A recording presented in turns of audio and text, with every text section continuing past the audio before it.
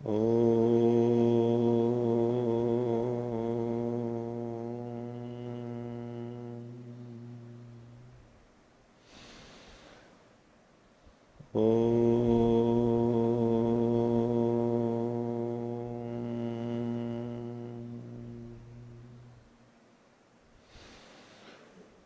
ॐ सहनाववतु सहनौ भुनक्तु सह वीर्यं करवावहै तेजस्विनावधीतमस्तु मा विद्विषावहै। ओम शांति शांति शांति।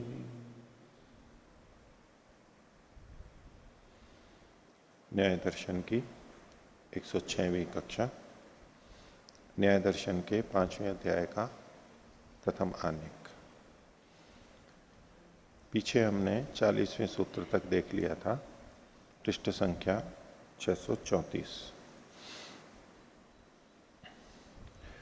38वें सूत्र तक हमने जातियों को देख लिया, जातियों के लक्षण, प्रकार, निदर्शन, उसका समाधान, किस किस प्रकार से खंडन हो सकता है गलत तरीके से, वो जातियों का प्रयोग बताया।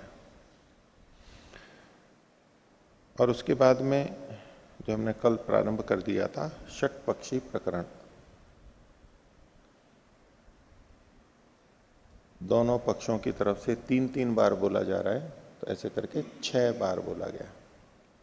1 2 3 4 5 6। तो सामान्यतः जब ठीक चल रहा होता है और एक ने गलती की और पता लग जाता है तो बात रुक जाती है या समाधान होता है। लेकिन कई बार अनजाने में गलती हो जाती है और फिर दूसरा भी गलती, और बाद में पकड़ में आती है, दोनों गलतियां कर बैठते हैं और बाद में एक दूसरे की गलती पता लगती है, गलती दोनों कर चुके हैं। उन स्थितियों में कौन ठीक है कौन गलत है, किसका कम दोष है किसका अधिक दोष है, ऐसी स्थिति में करें क्या, क्या समाधान हो सकता है, ऐसी स्थिति में हम न फंसे, वो स्थितियां ना आए, उसके निदर्शन के लिए ये एक षटपक्षी प्रकरण बताया। तो कल हमने 3 पक्ष देख लिए थे। पहले वादी ने कहा कि शब्द अनित्य है, प्रतिज्ञा हेतु था उसका प्रयत्नानंतरीय कत्वात्। इस पर प्रतिवादी ने यह कहा कि जो प्रयत्नानंतरीय कत्व आपका हेतु है ये अनेकांतिक है, क्योंकि प्रयत्न के बाद तो जो चीज उत्पन्न होती है वहां भी प्रयत्नानंतरीय तत्व होता है, उसका भी प्रयत्नानंतरीय तत्व होता है, और जो अभिव्यक्त होती है उसका भी प्रयत्नानंतरीय तत्व होता है। तो उसने दूसरे ने पहले का खंडन कर दिया, और फिर जब तीसरी बार बोलने का अवसर आया, तीसरा पक्ष बनेगा, वो वादी दूसरी बार बोल रहा है। वो हमने 39वें सूत्र में देखा था कि प्रतिषेध में भी तो यही दोष है। प्रतिषेध का मतलब दूसरा पक्ष, प्रतिवादी का पक्ष, उसमें भी तो यही दोष है, अनेकांतिकत्व दोष है। कैसे अनेकांतिकत्व दोष है, तो उसकी 2 तरह से व्याख्या है भाष्यकार ने की, लेकिन अनेकांतिकत्व दोष वहां पर बताया कि आपका जो प्रतिषेध है वो नित्य को तो सिद्ध कर रहा है और अनित्य को खंडित कर रहा है। किसी को खंडित कर रहा है, किसी को पुष्ट कर रहा है, इस रूप में अनेकांतिकत्व है। या तो सभी का खंडन करे या तो सभी की पुष्टि करे, मंडन करे, ऐसा नहीं है, इसलिए उसको अनेकांतिक रूप से कह दिया। दूसरे ढंग से कहा कि प्रतिवादी ने कहा आपके कथन में विशेष हेतु का अभाव है, प्रतिवादी ने वादी को कहा था, यानी दूसरे पक्ष में। तो तीसरे पक्ष में वादी ने कहा आपके पक्ष में भी विशेष हेतु का अभाव है। ये यहां तक हमने देखा था। तो पिछले पाठ में किन्हीं को कुछ पूछना है तो पूछ सकते हैं। हाँ, ओ पृष्ठ संख्या 632, इसमें 39वां सूत्र है।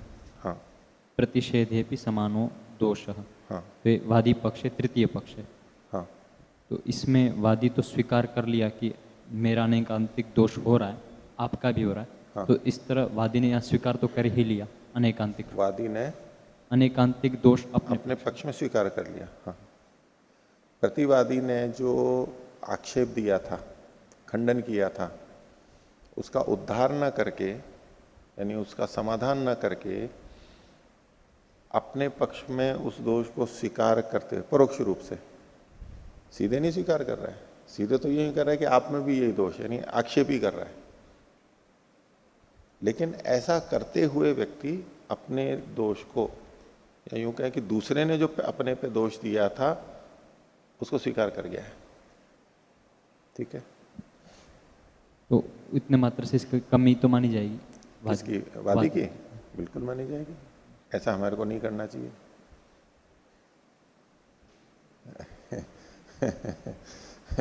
अगर प्रतिवादी का हेतु अच्छा है, लग रहा है कि भाई हमारा पक्ष खंडित हो गया, तो उसको मान लो, वो तो बात चल रहा है, भाई ठीक है, आपका हेतु मेरा हेतु गलत था, पक्ष गलत ले लिया था मैंने, आपने हेतु दृष्टांत दिए और उससे आपने दोष बताया, ठीक है, मान लिया।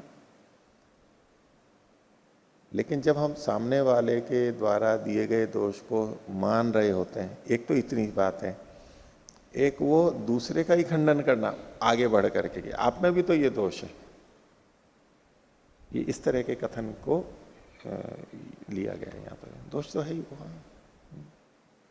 और जो आगे जो 40वां सूत्र है, सर्वत्र एवं कर, हाँ, तो ये इससे क्या बताना चाह रहे कि 3 पक्ष हो जाएंगे इस प्रकार?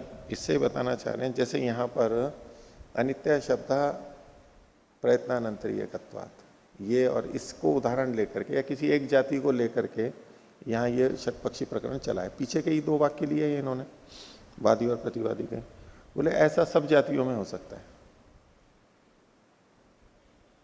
जितनी भी जातियां हैं वहां यथासंभव षटपक्षी प्रकरण चल सकता है। वहां गलत ढंग से अगर प्रारंभ कर दिया जाए ना, उचित उत्तर न दे करके, समाधान ना करके गलत तरीका अपना लिया जाए, तो ये कहीं भी आ सकता है। केवल इतना बता रहे हैं, किसी भी वाद में या किसी भी पक्ष विपक्ष में जब पंचावयव बोले जाते हैं, वहां कहीं भी ये षटपक्षी प्रकरण हो सकता है। हाँ, हो यदि प्रतिपक्ष की बात को हमने अभ्युपगम सिद्धांत से मान लिया, फिर से बोलो, प्रतिपक्ष के सिद्धांत को हमने अभ्युपगम सिद्धांत से कुछ देर के लिए मान लिया। इसको अभ्युपगम से मत कहो, नहीं, इसको अभ्युपगम, वो अभ्युपगम एक अलग शैली में जाता है कि कुछ देर के लिए मान लेते हैं, वास्तव में नहीं मानते उसको, लेकिन पता है कि ये गलत है, लेकिन फिर भी तो उसको खंडन करने के लिए हम मानते हैं। इसको अभ्युपगम नहीं कहते, इसको तो पता ही नहीं है, बस ये तो सीधा आरोप में आ गया है कि आप भी गलत हैं। हाँ, प्रश्न ऐसे है कि अभ्युपगम सिद्धांत से मानने के बाद फिर हम अपनी बात को पुष्ट नहीं कर पाए, या हमने ही फिर जाति का प्रयोग कर दिया, तो इसमें हमारा खंडन माना जाएगा वादी का या नहीं? अच्छा, जब अभ्युपगम में करते हैं, यहाँ नहीं ना, नहीं, वो खंडन नहीं माना जाता है, क्योंकि केवल स्वीकार करने से उसमें दोष दिखाया जा रहा है, वो एक अलग चीज है। अभ्युपगम अलग बात है, अभ्युपगम का बहुत जगह प्रयोग करते हैं, अभ्युपगम से खंडन करते हैं। अब उसकी बात को लेकर यदि आप ऐसा मानोगे तो ये दोष आएगा, ऐसा मानते हुए कह रहे हैं। उसी बात को फिर आगे जैसे उसने सिद्ध कर दिया, वहां फिर अपन कमजोर पड़ जाता है वादी, तो ऐसी कमजोर कैसे पड़ रहा है? अभ्युपगम में तो कमजोर नहीं पड़ रहा है, वो अभ्युपगम में तो कमजोर नहीं पड़ रहा है।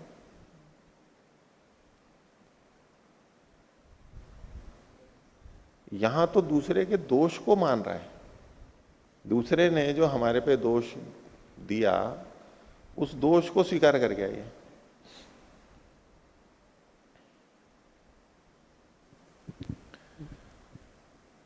तो देखिए, इसमें थोड़ा सा क्रम अपने मन में ध्यान रखना, पूछना है। हाँ, पूज्य आचार्य जी, 39 में 2 परिभाषा दे दी, एक तो अनेकांतिक बता दिया प्रतिषेध को, और एक उसमें विशेष हेतु का अभाव। तो इसमें कौन सा माना जाएगा फिर? या तो फिर दो पक्ष और बढ़ जाएंगे? नहीं नहीं, दोनों नहीं नहीं बनेंगे नहीं। इसको या तो ऐसी व्याख्या कर लो चाहे ऐसी व्याख्या कर लो, क्योंकि 39वें सूत्र में ये तो कहानी कि अनेकांतिकत्व दोष है, क्योंकि प्रतिषेधे भी समानो दोष है। वो दोष कौन सा है ये सूत्रकार ने तो कहा नहीं।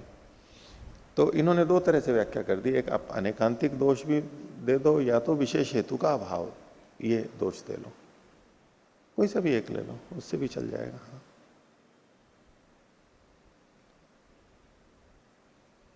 अपने मन में थोड़ी स्थितियां स्पष्ट रखना तो आगे की बात समझ में आती चली जाएगी। अभी तक तीन पक्ष तक तो कोई दिक्कत नहीं है। वादी का पहला पक्ष, प्रतिवादी का दूसरा पक्ष, और वादी जब दोबारा बोल रहा है तो ये तीसरा पक्ष, मतलब तीसरा कथन इस रूप में कह रहे हैं। वास्तव में तो वो एक ही है, लेकिन इसको छह पक्ष की तरह पक्ष नाम से लेकर के कहा। ये तीसरे ने कह दिया, जिसने क्या कहा, प्रतिषेध में भी वही दोष है, अनेकांतिक दोष है। अनेकांतिक दोष यहां पर लेकर के चलिए। तो अब प्रतिवादी के बोलने का अवसर आया। एक एक बार बोलते हैं ना, दूसरे को अवसर देते हैं। तो वादी ने दूसरी बार बोलते हुए प्रतिवादी पे आक्षेप किया। ठीक है, आक्षेप ही किया था ना। वादी ने दूसरी बार बोलते हुए प्रतिवादी पे आक्षेप किया था। तो अब प्रतिवादी भी जब दूसरी बार बोल रहा है, यानी वैसे वो चौथा पक्ष बनेगा, वो वादी को फिर बोल रहा है कि आपने जो मेरा खंडन किया, आप जो खंडन कर रहे हो उसमें भी वही दोष है। जिस तरह से वादी ने दूसरी बार बोलते हुए तीसरे पक्ष में कहा था प्रतिवादी को कि आपके पक्ष में भी वही दोष है, तो अब जो ये तीसरा पक्ष है इसको सुन करके प्रतिवादी ने, यानी जो दूसरी बार बोल रहा है चौथा पक्ष है, उसने कहा कि आपने जो मेरा खंडन किया अभी, इसमें भी वही दोष है जो आपने पीछे बताया था। जो आप मेरे में बता रहे हो वो दोष आप में भी है। अब ये भी अपने दोष को स्वीकार कर गया। दूसरे पक्ष में प्रतिवादी ने जो दोष किया था उसको वादी ने तीसरे पक्ष में बोल के बताया था कि आपने ये दोष किया है, और प्रतिवादी चौथी बार बोलते हुए ये स्वीकार कर गया, और स्वीकार तो अंदर कर गया, उसको आक्षेप करेगा आप में भी तो यही दोष है। तो दोनों ने एक दूसरे को बोल दिया आप में भी यही दोष है, उसने कहा आपके इसमें भी वही दोष है। तो उसी को यहां पर 41वें सूत्र में कहा ये चौथा पक्ष है। प्रतिषेध विप्रतिषेध है, प्रतिषेध दोषवत दोष। प्रतिषेध के विप्रतिषेध में, प्रतिषेध था दूसरा पक्ष, और उस प्रतिषेध का भी प्रतिषेध था, उसको विप्रतिषेध कह रहे हैं। यह था तीसरा पक्ष। तो प्रतिषेध विप्रतिषेध है, भी प्रतिषेध है दूसरा पक्ष, विप्रतिषेध है तीसरा पक्ष। तो प्रतिषेध के विप्रतिषेध में भी प्रतिषेध के समान दोष है। प्रतिषेध यानी दूसरे के समान दोष है। सामान्य भाषा में कहें तो तीसरे में भी दूसरे के समान दोष है, ऐसा चौथे पक्ष में बोल रहे हैं। ठीक है, इसको खोल के बता रहे हैं अभी भाष्यकार कि यो अयम प्रतिषेधे भी समानो दोषो अनेकांतिकत्वम आपत्त्यते। ये जो प्रतिषेध में भी, प्रतिषेध कौन सा पक्ष हुआ? दूसरा। समान दोष बताया था उसमें भी। किसने बताया था? वादी ने। तीसरा पक्ष बोलते समय वादी ने दूसरे पक्ष में प्रतिवादी के दोष बताया था। क्या कि योयम प्रतिषेधे भी समानो दोषो, क्या दोष बताया था? अनेकांतिकत्वम आपद्यते, अनेकांतिकत्व ये आपतित किया जाता है, प्राप्त कराया जाता है, अल्प विराम। तो सो अयम, वह यह दोष, वही अनेकांतिकत्व का दोष, प्रतिषेध से प्रतिषेधे भी, प्रतिषेध का भी जो प्रतिषेध है, प्रतिषेध था दूसरा पक्ष, प्रतिषेध का प्रतिषेध है तीसरा पक्ष, तो तीसरे में भी समान रूप से है। ये कौन बोल रहा है? चौथा पक्ष बोल रहा है। चौथे पक्ष ने कहा, मैं संख्या की दृष्टि से बोलूं तो चौथे पक्ष ने कहा दूसरे में जो दोष आपने बताया, वादी को बोल रहा है तीसरा पक्ष बोलने के बाद में, दूसरे में जो दोष आपने बताया वो दोष आप में यानी इस तीसरे में भी है। ठीक है। अब इसको ये बता रहे हैं कि चार पक्ष कैसे बने। अब तक के चारों पक्षों को यहां पर प्रस्तुत कर रहे हैं। तत्र अनित्य शब्द प्रयत्नानंतरीयकत्वात् इति साधनवादिनः स्थापना प्रथमः पक्षः। शब्द अनित्य है, प्रयत्नानंतरीयकत्व होने से प्रतिज्ञा हेतु दो चीजें पर्याप्त दे दी। इतना ये जो किसके द्वारा है? साधनवादी ना, जो सिद्ध करने वाला था, ये साधनवादी यानी वादी, साधनवादी के द्वारा जो स्थापना की गई वो प्रथम पक्ष, ये प्रथम पक्ष था। आगे प्रयत्न कार्यानेकत्वात् कार्य सम इति दूषणवादिनः प्रतिषेध हेतुना द्वितीय पक्ष। प्रयत्न कार्यानेकत्वात् कार्य सम, ये 36वां सूत्र, 37वां सूत्र।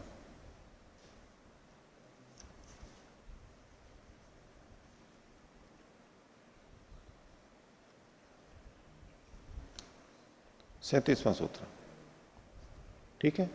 उसको उद्धृत करते हुए कह रहे हैं प्रयत्न कार्यानेकत्वात् कार्य समः इति दूषणवादी ना।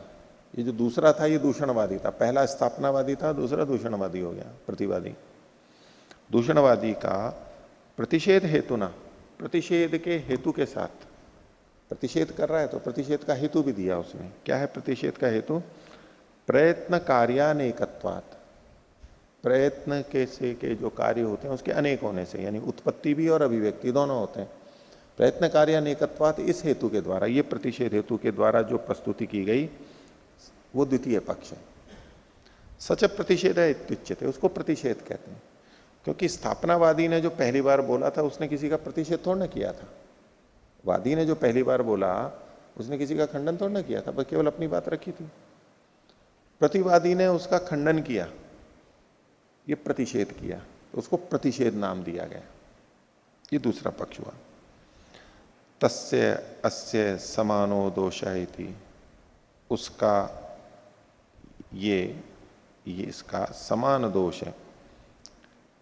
इति तृतीयो पक्षो विप्रतिषेध, तो प्रतिषेध में भी समान दोष है अनेकांतिकत्व। ये जब तीसरी बार तीसरे पक्ष में कहा गया इसको विप्रतिषेध का, तो पहला स्थापना, दूसरा प्रतिषेध और तीसरा विप्रतिषेध। प्रतिषेध का भी प्रतिषेध, इसको विप्रतिषेध नाम से कहा गया। ये तीसरा पक्ष है।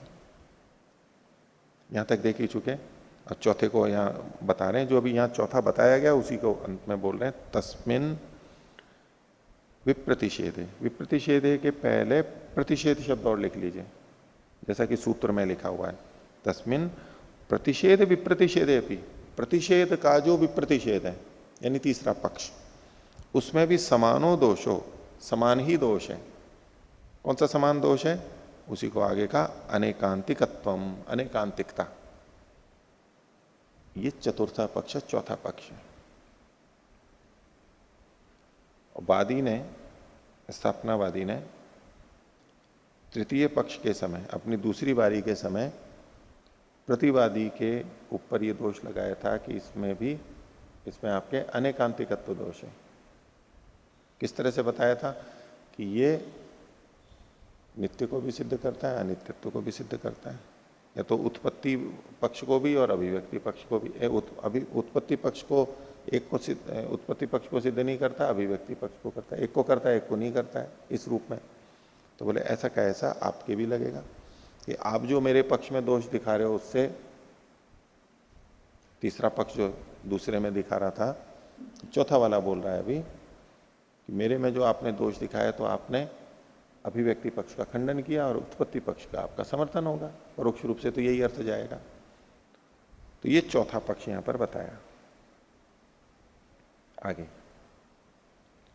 अभी आरोप प्रत्यारोप शुरू हो गए, दोनों ने एक दूसरे पे किया और दूसरे पे दोष दिखाते हुए स्वयं भी दोष कर लिया। 42वां सूत्र, इसमें 5वां पक्ष, यानी वादी तीसरी बार बोल रहा है, ये 5वां पक्ष बन रहा है। प्रतिषेधम सदोषम अभ्युपेत्य, प्रतिषेध को, प्रतिषेध मतलब दूसरा पक्ष, उसको सदोष स्वीकार करके, दोष वाला स्वीकार करके। देखो ये ध्यान रखना, ये बोल तो 5वां रहा है, 5वां पक्ष है, यानी वादी तीसरी बार बोल रहा है, और ये टिप्पणी किस पे कर रहा है? चौथे वाले पे चौथे में जो बोला गया उसका खंडन कर रहा है, यानी प्रतिवादी के दूसरी बार जो बोले गए थे उसका खंडन कर रहा है ये। तो उसको करते हुए वो चौथे बार में, चौथे पक्ष में जो प्रतिवादी ने बोला था उसको उद्धृत करते हुए कि आपने ऐसा ऐसा किया था, तो वो पीछे का उदाहरण दे रहा है और पीछे चला जाएगा वो। तो लगेगा यूं कि ये दूसरे और तीसरे की बात चल रही है, लेकिन दूसरा तीसरा चूंकि चौथे में उद्धृत किया गया था उसको ये 5वीं बार उद्धृत कर रहा है। तो अब देखो कि चौथे ने किया क्या था, चौथे के द्वारा क्या गलती हो गई थी? बोले प्रतिषेधम सदोषम अभ्युपेत्य, जो प्रतिषेध था उसको सदोष स्वीकार करके। प्रतिषेध कौन सा पक्ष था? दूसरा वाला था। जब प्रतिवादी चौथे पक्ष में बोल रहा था, यानी दूसरी बार बोल रहा था कि आप में भी यही दोष है, तो उसने दूसरे पक्ष में दोष को स्वीकार कर लिया था, अपना ही उसका। प्रतिवादी ने अपने पहले कथन में दोष स्वीकार किया था, उसको ये बता रहा है 5वीं बार कि आपने क्या किया था? प्रतिषेधम सदोषम अभ्युपेत्य, दूसरे पक्ष को सदोष स्वीकार करके। प्रतिवादी को कह रहा है वादी, प्रतिषेधम सदोषम अभ्युपेत्य, उसको स्वीकार करके फिर प्रतिषेध विप्रतिषेधे समानो दोष प्रसंगो, प्रतिषेध का भी जो विप्रतिषेध था, कौन सा? तीसरा, उसमें समान दोष का प्रसंग ला करके। ये कब लाया था? तीसरे में समान दोष कब लाया था? चौथी पक्ष में बोलते हुए।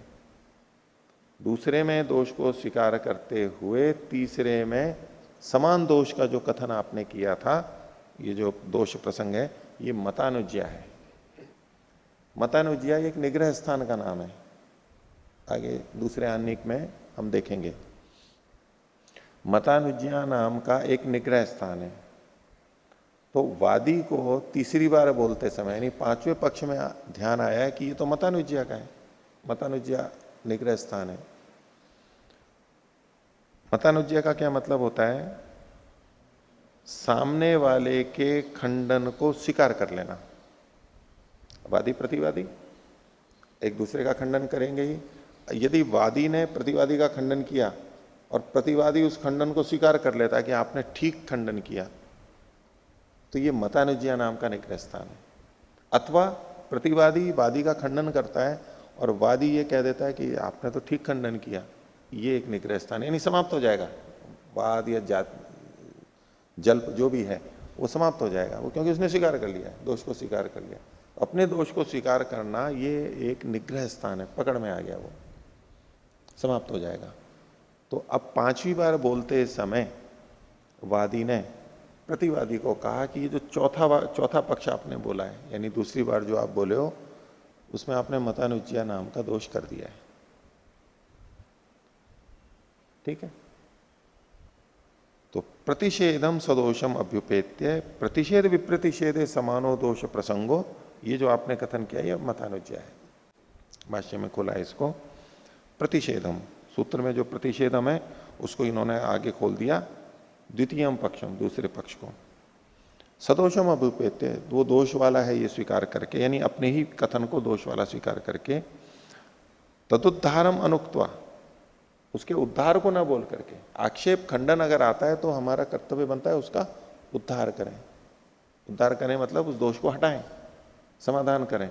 तो समाधान तो किया नहीं उसने, और अनुज्ञाएं और उस खंडन को स्वीकार करके प्रतिषेध विप्रतिषेध, प्रतिषेध का जो प्रतिषेध था, विप्रतिषेध था, कौन सा? उसी को आगे खोला, तृतीय पक्ष, तीसरे पक्ष में।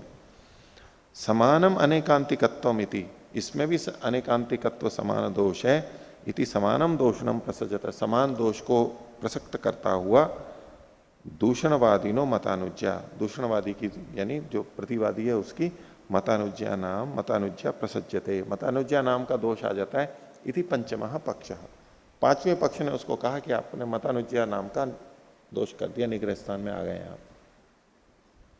ठीक है, ये पांचवा पक्ष हो गया। तो जब वादी ने पांचवा पक्ष बोलते हुए कहा कि आपने तो मतानुज्या का दोष कर दिया, मतानुज्या क्या थी कि सामने वाले के खंडन को स्वीकार कर जाना, ये मतानुज्या थी। तो अब प्रतिवादी को ध्यान में आया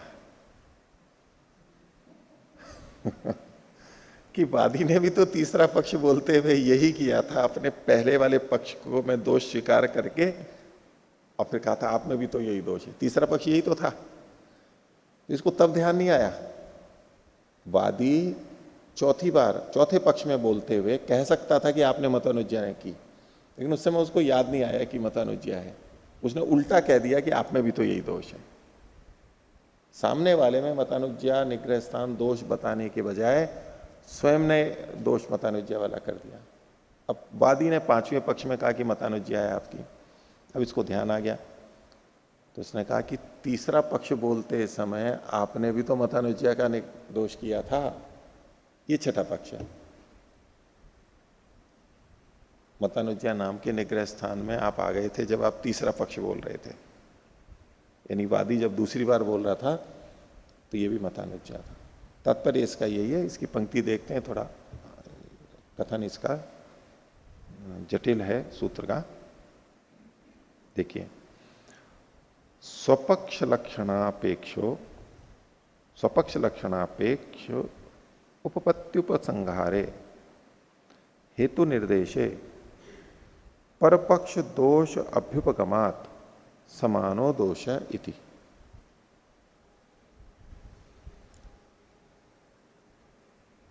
तो सूत्र को हम थोड़ा बाद में समझेंगे, ठीक है, पहले भाष्य को देख लेते हैं। तात्पर्य तो मैंने आपको बता दिया कि पांचवें में दोष, पांचवें के बाद में छठे में ये दोष दिखा रहा है वादी में कि आपने भी तीसरे पक्ष को बोलते समय मतानुज्या की थी। पांचवें ने चौथे के कथन में कहा कि ये मतानुज्या है, पांचवें ने चौथे के लिए कहा कि ये मतानुज्या है, तो छठे में इसने कहा कि तीसरे में आप भी तो मतानुज्या कर चुके थे। पांचवें में दोष नहीं दिखा रहा है, क्योंकि पांचवें पक्ष में वादी ने प्रतिवादी पर जो मतानुज्या दोष बताया था वो तो ठीक ही बताया था, मतानुज्या दोष था वो, पर यहां तो कोई पांचवें में तो ये दोष दिखा नहीं सकता छठी बार बोलते हुए छठा पक्ष में, तो उसने कहा तीसरे में मतानुज्या दोष था। भाष्य देखिए, स्थापना पक्ष, स्थापना पक्ष कौन सा है? पहला वाला वादी का। प्रयत्न कार्यानेकत्वादिति दोषः स्थापना हेतुवादिनः, यहां जो स्थापना हेतुवादिनः है, स्थापना की जगह पे प्रतिषेध शब्द लिख लीजिए, प्रतिषेध हेतुवादिनः स्वपक्ष लक्षणों भवति। अब देखिए सूत्र में शब्द है एक तो स्वपक्ष, पहला वाला स्वपक्ष, स्वपक्ष, ये स्वपक्ष का मतलब है पहला वाला पक्ष स्थापनावादी का।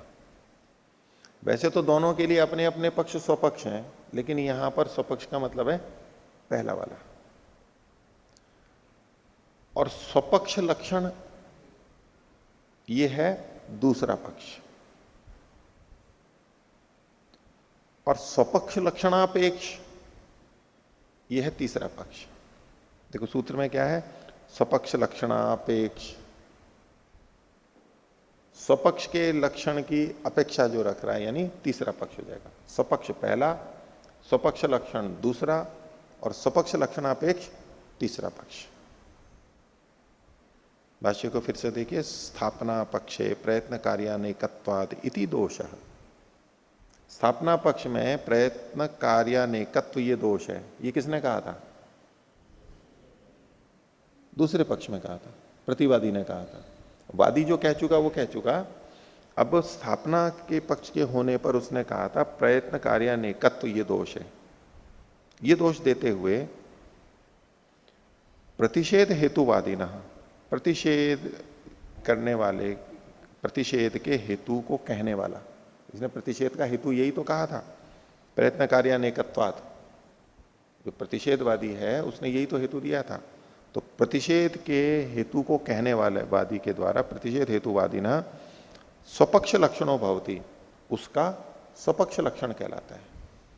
पहला स्वपक्ष और प्रतिवादी ने जो बोला ये स्वपक्ष लक्षण हुआ।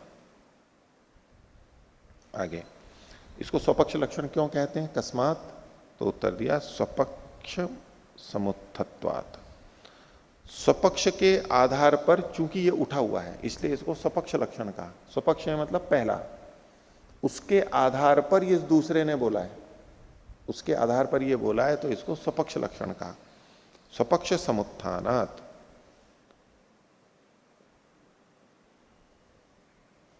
आगे स्वयं स्वपक्ष लक्षणम दोषम, तो वो ये है। अब यह का मतलब है कौन, तीसरा, तीसरे को लेना है अभी। स्वपक्ष लक्षणम दोषम अपेक्षमाना, स्वपक्ष लक्षण में दोष की अपेक्षा करता हुआ। स्वपक्ष लक्षण मतलब दूसरा, और स्वपक्ष लक्षण के दोष को जो देख रहा है वो कौन देखेगा, तीसरा वाला देखेगा। तो स्वपक्ष लक्षणम दोषम अपेक्षमाण, उसकी अपेक्षा करता हुआ। तीसरे में तीसरा पक्ष जो है वो स्वपक्ष लक्षण में दोष की अपेक्षा कर रहा है। तो स्वपक्ष लक्षणम अपेक्षमाणो अनुधृत्य, और अपने दोष को हटाए बिना। अपना दोष कहां लगा था इसमें, प्रथम पक्ष में दोष लगा था, और लगाया किसने था, दूसरे पक्ष वाले ने।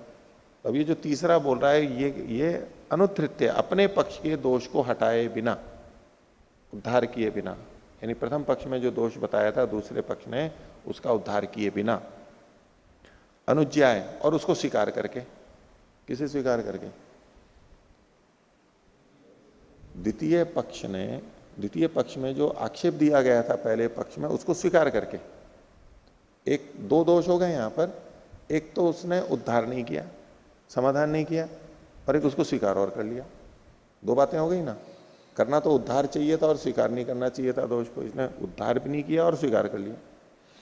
तो अनुधृत्य अनुज्ञाय, ये करके फिर क्या खंडन किया था उसने, तीसरे में क्या खंडन किया था, या विपरीत अल्पविराम में लीजिए, प्रतिषेधे भी समानो दोष। 39वां सूत्र है उसको उद्धृत कर रहे हैं, ये विपरीत अल्पविराम में ले लीजिए। यही कहा था उसने तीसरे में, प्रतिषेधे भी समानो दोष है, आपके प्रतिषेध में यानी दूसरे में भी वही दोष है।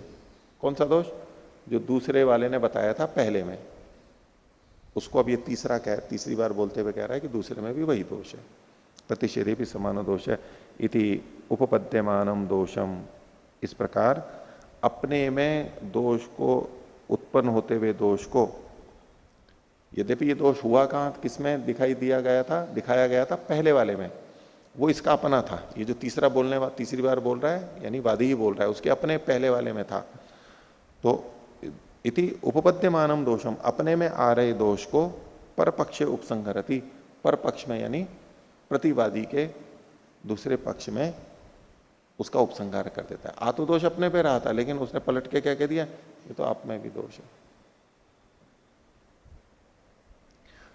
इत्थम च, और इस प्रकार से अनेकांतिक प्रतिषेध इतिम हेतुम निर्दिशति, और ऐसा करते हुए अनेकांतिक प्रतिषेध, ये हेतु प्रस्तुत कर दिया था। किसने किया था, तीसरे ने, दूसरे में, कि आपके पक्ष में ये भी यही दोष है। मतलब क्या दोष दिखाया था दूसरे में, अनेकांतिकत्व, यही दोष बताया था।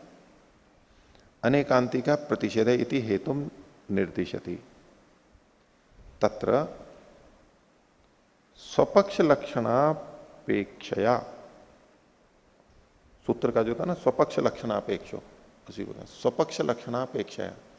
अभी स्वपक्ष लक्षणापेक्षया बोलते हुए थोड़ा मन में आना चाहिए, स्वपक्ष मतलब पहला वाला, स्वपक्ष लक्षण मतलब दूसरा वाला, स्वपक्ष लक्षण की अपेक्षा से जो है वो तीसरा वाला।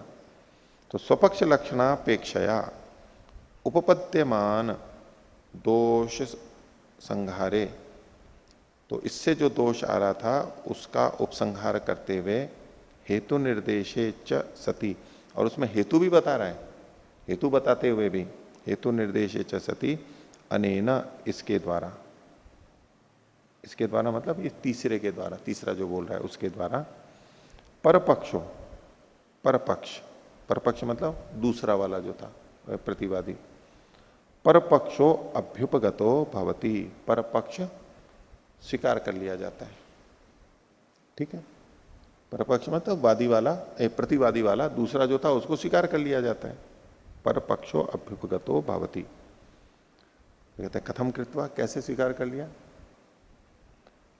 यह परेण, जो दूसरे के द्वारा, यह परेण प्रयत्न कार्यानेकत्वाद इत्यादि न अनेकांतिक दोष उक्तः, जो दूसरे के द्वारा, दूसरा कौन है, प्रतिवादी, जिसने ये कहा था प्रयत्न कार्यानेकत्वाद, प्रयत्न के कार्यों के अनेक होने से, प्रयत्न के बाद अनेक कार्य होते हैं इस हेतु से, इत्यादि ना अनेकांतिका दोष उक्ता, प्रतिवादी ने जो अनेकांतिक दोष इस पे बताया था, तम अनुधृत्य, उसका समाधान किए बिना, उद्धार किए बिना, प्रतिषेधे भी समानो दोष इत्याह, इसको भी विपरीत अल्पविराम में ले लीजिए, प्रतिषेधे भी समानो दोष इत्याह, पहले जो कहा था उसी को कह रहे हैं, प्रतिषेध में भी ये समान दोष, ये जो कहा था, तो एवं इस प्रकार से स्थापनाम सदोषाम अभ्युपेत्य, इसका मतलब क्या निकला, स्थापना को, स्थापना कौन सी है, प्रथम पक्ष, स्थापना को सदोषाम अभ्युपेत्य, उसको दोष वाली, दोष युक्त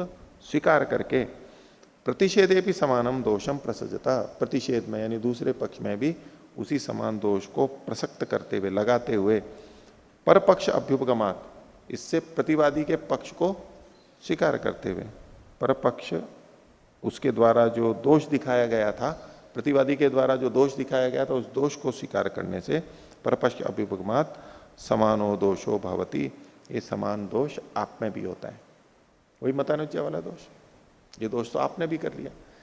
देखिए ये छठा वाला बोल रहा है, ये ध्यान रखना, छठा वाला बोल रहा है और तीसरे में जो बोला गया था उसकी विवेचना कर रहा है, तीसरे पक्ष की, कि तीसरे में आपने ये किया था, उसको उद्धृत कर रहा है, और तीसरे में क्या किया गया था, वो पहले के दोष को स्वीकार किया गया था और दूसरे में उल्टा दोष दिखाया गया था, यानी बोल छटा रहा है यहां पर, तीसरे वाले पक्ष में आक्षेप दिखा रहा है, लेकिन उसको करते हुए पहले और दूसरे का कथन भी आएगा ही, क्योंकि तीसरे में पहले और दूसरे को उद्धृत करते हुए कहा गया था, तो सारी की सारी पिछली चर्चा आ गई यहां पर छठे के अंदर।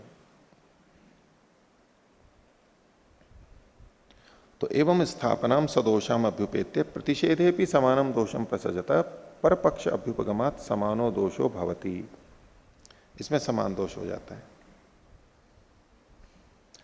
अब इसको थोड़ा और आगे खोल रहे हैं, यथा, जैसे कि उदाहरण दे रहा है, जैसे कि परस्य प्रतिषेधम सदोषम अभ्युपेत्य,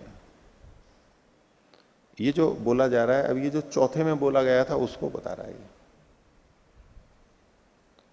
परस्य प्रतिषेधम, दूसरे के प्रतिषेध को, ये प्रतिषेध मतलब दूसरा पक्ष हो गया,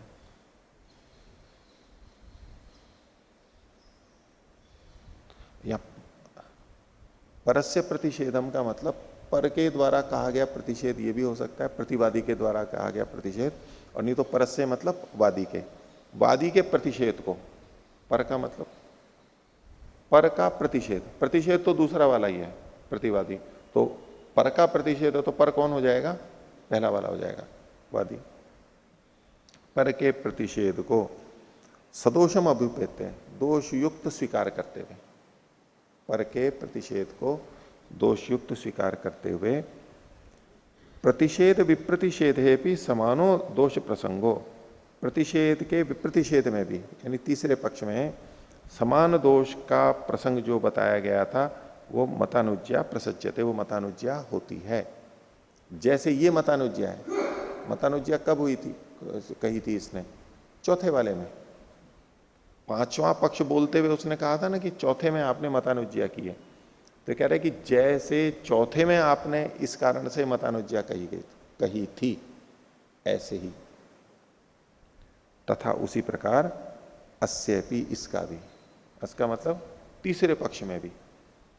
पांचवें ने चौथे में कहा था कि आपने मतानुज्ञा कहा, तो उसके उत्तर में छठी पक्ष में बोलते हुए प्रतिवादी ने कहा तीसरे में भी ऐसा ही था। तो चौथे में मतानुज्ञा दिखाई गई थी, अब ये तीसरे में मतानुज्ञा दिखा रहे हैं, तो कहा तथा अस्यापि मतलब तीसरे का भी। उसमें कैसे मतानुज्ञा है उसको बता रहे हैं। स्थापनाम सदोषाम अभ्युपेत्य, तीसरे वाले ने क्या किया था, स्थापना को यानी प्रथम पक्ष को दोष युक्त स्वीकार करते हुए कर लिया था अपने पक्ष को। तो स्थापनाम यानी पहले पक्ष को दोष युक्त स्वीकार करके, प्रतिषेधे भी समानम दोषम प्रसजता, प्रतिषेध में यानी दूसरे पक्ष में भी समान दोष को दिखाते हुए, आक्षेप लगाते हुए मतानुज्ञा प्रसज्यते, इसमें भी मतानुज्ञा प्रसक्त हो रही है। छठा वाला कह रहा है, छठा पक्ष में कह रहा है तीसरे में भी मतानुज्ञा प्रसक्त हो रही है।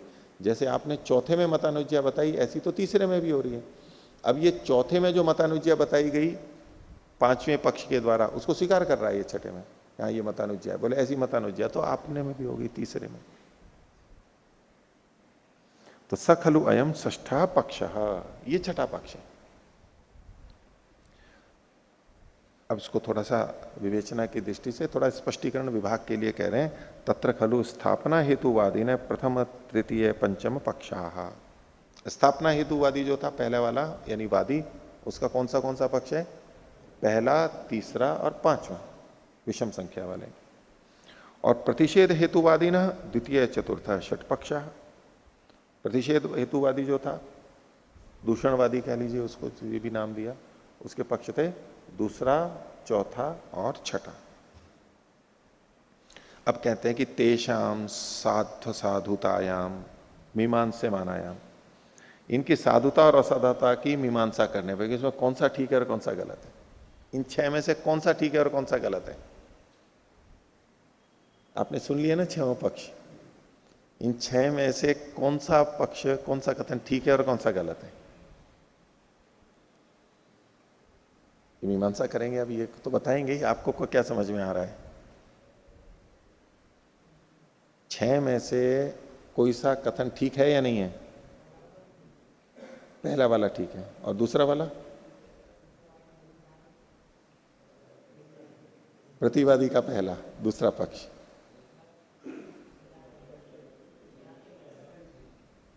क्या सारे गलत हैं? हैं? मतलब दूसरा नहीं, तीसरा चौथा, तीसरा चौथा पांचवा छठा ये तो गलत है, पहला दूसरा ठीक है।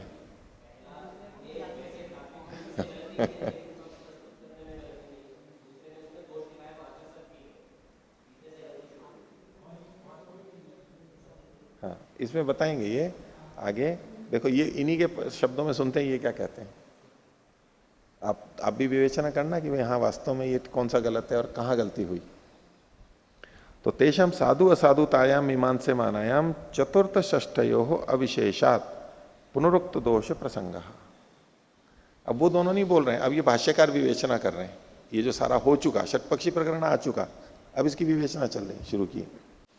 बोले जो चौथा और छठा पक्ष था, यानी प्रतिवादी ने जो दूसरी बार बोला और तीसरी बार बोला, ये चौथा और छठा पक्ष था, इन दोनों के बीच में कह रहे हैं।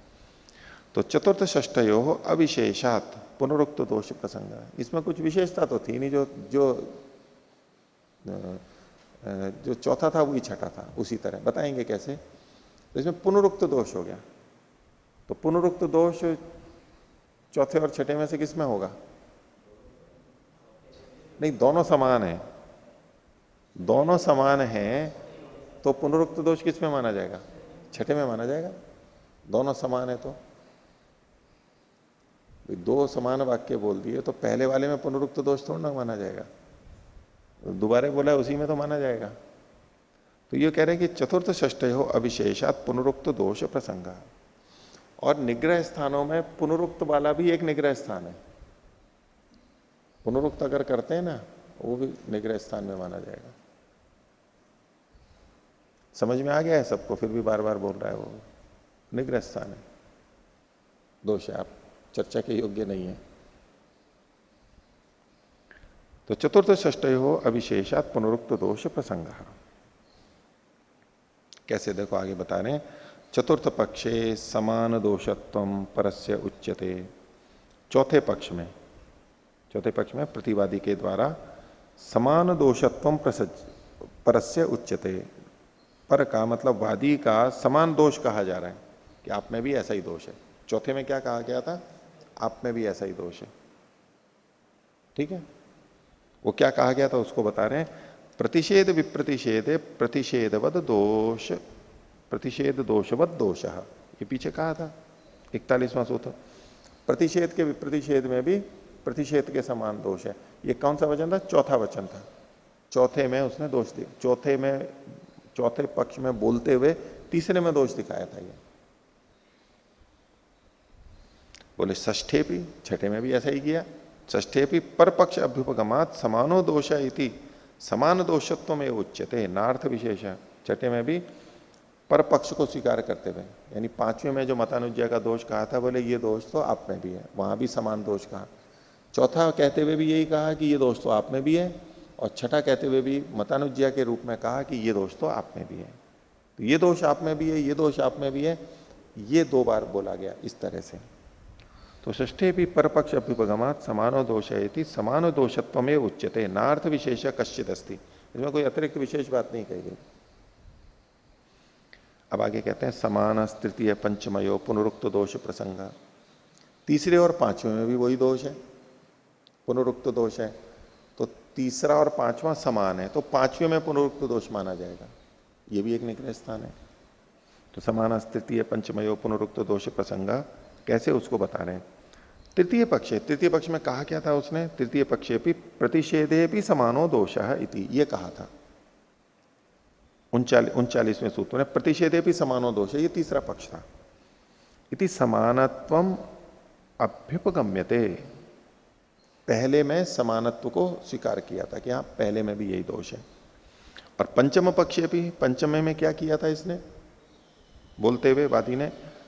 प्रतिषेध विप्रतिषेधे समानो दोष प्रसंगो अभ्युपगम्यते, प्रतिषेध के विप्रतिषेध में भी समान दोष का प्रसंग स्वीकार किया जाता है। इस प्रकार यहां भी नार्थ विशेष कश्चित उच्यते, कोई अतिरिक्त बात नहीं कही गई है। देखो प्रतिषेध के विप्रतिषेध में, प्रतिषेध का विप्रतिषेध में समान दोष प्रसंग, ये कहां पर कहा गया था? चौथे में कहा गया था। उस चौथे को पांचवें वाले ने उद्धृत किया कि प्रतिषेध के प्रतिषेध में भी, प्रतिषेध के विप्रतिषेध में समान दोष प्रसंग है, ये जो आपने कहा इति अभ्युपगम्यते।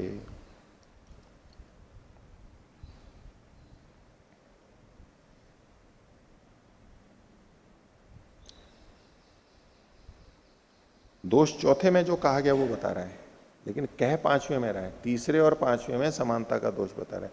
पांचवें ने क्या कहा था कि ये जो आपने प्रतिषेध के विप्रतिषेध में भी समान दोष कहा, ये तो समानता का दोष ही बता रहा है वहां पर भी।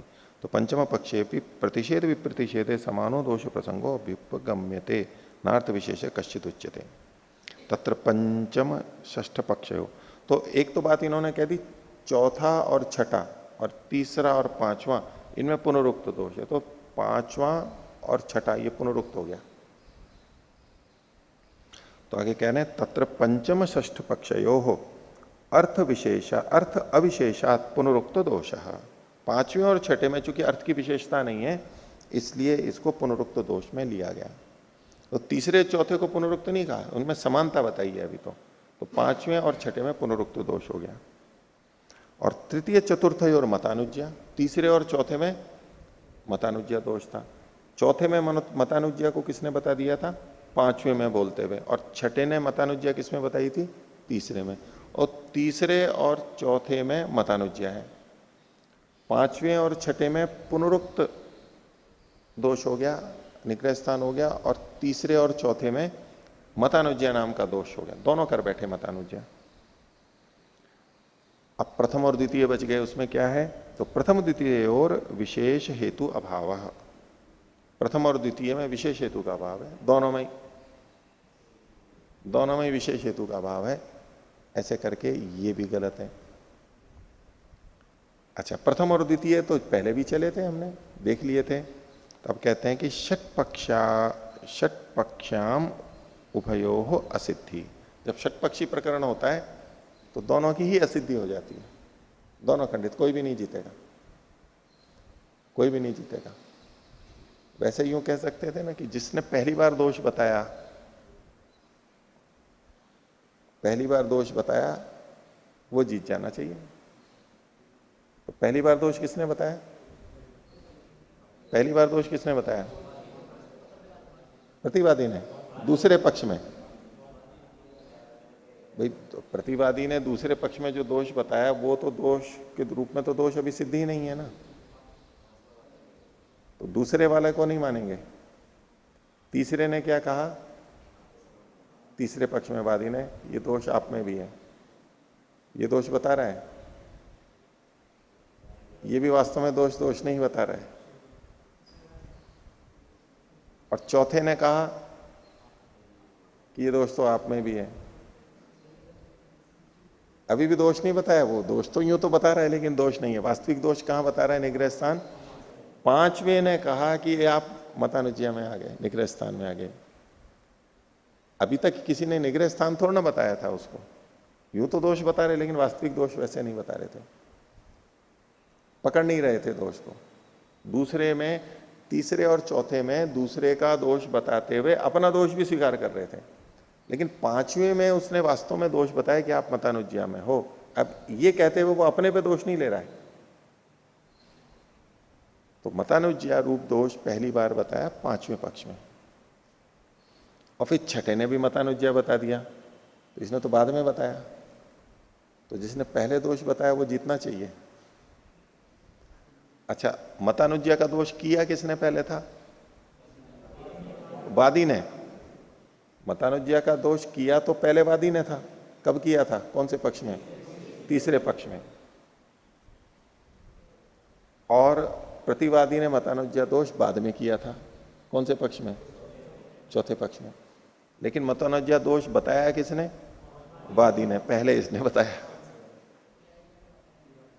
तो जो दोष को पहले बताता है वो जीते, या जिसने दोष पहले किया वो हारे। दो दृष्टि से अगर ये देखें कि जिसने पहले दोष किया वो हार जाना चाहिए, अथवा जिसने पहले दोष पकड़ा वो जीत जाना चाहिए, दो दृष्टि से। तो वादी ने चूंकि पहले दोष किया इसलिए वो हारता हुआ दिखेगा, हमारे को एक ऐसा लगेगा, हमारा झुकाव आएगा। लेकिन वादी ने पहले मतानुज्ञा दोष पकड़ा, ये उसकी विशेषता हुई है, तो वो जीतता हुआ दिखेगा, वो हारता हुआ दिखेगा। और इधर प्रतिवादी, उसने मतानुज्ञा दोष बाद में किया इसलिए वो हारना नहीं चाहिए, पहले वो दोष कर चुका। मेरे पहले थप्पड़ उसने मारा था, मैंने तो बाद में मारा है, तो दोष किसका? मेरा तो दोष ही नहीं है, उसने पहले मारा था। तो जो पहले करने वाला दोषी है, तो बाद वाला तो अपने को निर्दोष मानता है, हम भी समझते हैं। तो जो प्रतिवादी ने मतानुज्ञा दोष किया वो बाद में किया, इस दृष्टि से वो जीतना चाहिए। और छठे पक्ष में प्रतिवादी ने मतानुज्ञा को बाद में पकड़ा, पहले नहीं पकड़ा, ये उसकी हार को बताता है। तो बोले कि षटपक्षी प्रकरण में दोनों ही असिद्ध होते हैं। षटपक्षम उभयोः असिद्धि। अब ये कहते हैं कदा षटपक्षी। षटपक्ष प्रारंभ कहां से हुआ, शुरुआत कहां से हुई इसकी? बोले यदा प्रतिषेधे भी समानो दोष इत्येवं प्रवर्तते। जिस समय प्रतिषेध में भी समान दोष है ये प्रवृत्त हुआ, कौन से पक्ष में? तीसरे में। तदा उभयोः पक्षयोः असिद्धि, तब दोनों ही पक्षों की असिद्धि होती है। यदा प्रतिषेधे भी समानो दोष इत्येवं प्रवर्तते, यहां से प्रारंभ होता है और फिर पक्ष चल जाते हैं आगे, तब दोनों ही पक्ष असिद्ध होने शुरू होते हैं। और इसकी जगह पे यदा कार्यान्यत्वे प्रयत्न हेतुत्वम अनुपलब्धि कारणानुपपत्ते है, यहां पर कारणोपपत्ते है, यहां पर कर लीजिए कारणानुपपत्ते है इत्यनेन तृतीय पक्षो युज्यते। ये वो है जो पीछे हमने देखा था, जो सिद्धांति ने किया था। प्रथम और द्वितीय पक्ष तो वहां पर भी आ गए थे, लेकिन वहां षटपक्षी प्रकरण क्यों नहीं बना था? क्योंकि तीसरा पक्ष बोलते हुए वादी ने अपने पक्ष को का उद्धार किया, उसके आक्षेप का खंडन किया। वो कैसे किया था कि कर्म का जो अन्यत्व है, कार्यान्यत्वे प्रयत्न अहेतुत्वम, कार्य को भिन्न मानने में प्रयत्न का अहेतुत्व होता है। आपका कार्यान्यत्वे प्रयत्न हेतुत्वम, आप प्रयत्न का अहेतुत्व होता है। अगर कार्य का अन्यत्व मानेंगे तो जो प्रयत्नानंतरी का प्रयत्न जो हेतु था वो अहेतु बन जाएगा। ये वादी ने प्रतिवादी को कहा था। क्यों? अनुपलब्धि कारणानुपपत्ति है, जो अनुपलब्धि का कारण है उसी की अनुपपत्ति हो रही है। तो आवरण के हटने वाली बात ही नहीं बनेगी। जब आवरण ही नहीं दिख रहा है तो आवरण के हटने की बात ही नहीं है। ऐसा करके जो उत्तर दिया था वो ठीक था। इति इत्यनेन तृतीय पक्षो युज्यते, ऐसा करते तो ये तीसरा पक्ष ठीक था। तदा विशेष हेतु वचनात्, क्योंकि वहां पर उसने विशेष हेतु का कथन कर दिया था तीसरे पक्ष में बोलते हैं। पहले और दूसरे में तो विशेष हेतु नहीं था, लेकिन तीसरे पक्ष में जैसा वहां किया तो ये विशेष हेतु का कथन, विशेष कारण का कथन होने से प्रयत्नानंतरम आत्मलाभ शब्दस्य, शब्द का प्रयत्नानंतर आत्मलाभ ही होता है, न अभिव्यक्ति, अभिव्यक्ति नहीं होती है। इति सिद्ध प्रथम पक्षो, ऐसे में प्रथम पक्ष सिद्ध हो गया था। अल्प विराम न षटपक्षी प्रवर्तते इति, तो षटपक्षी प्रकरण नहीं होता है। पहली बार दोनों ने गलती की, मान लो हेतु ठीक नहीं दिया, लेकिन दोबारा जब बोलने का अवसर आया तो पकड़ लेना चाहिए कि भाई ये आपका ठीक नहीं है उत्तर है, तो फिर षटपक्षी प्रकरण नहीं चलेगा। लेकिन दूसरे में दूसरी बार बोलते हुए वादी गलती कर दे, फिर दूसरी बार बोलते हुए प्रतिवादी गलती कर दे और फिर बाद में पकड़ में आए, तो ये फिर षटपक्षी प्रकरण बन जाएगा। तो ऐसा गलती बाद में हो जाती है कभी कभी। इति पंचवी सूत्र षटपक्षी प्रकरणम, 6 पक्ष का प्रकरण यहां पर समाप्त होता है। और इसके साथ ही ये 5वें अध्याय का पहला अनिक भी समाप्त होता है। दूसरा अनिक देखिए आगे, ये जातियां समाप्त हो गई। ठीक है, अब निग्रह स्थान, अंतिम चीज बची। हाँ, सूत्रार्थ देख लो, चलो। हाँ,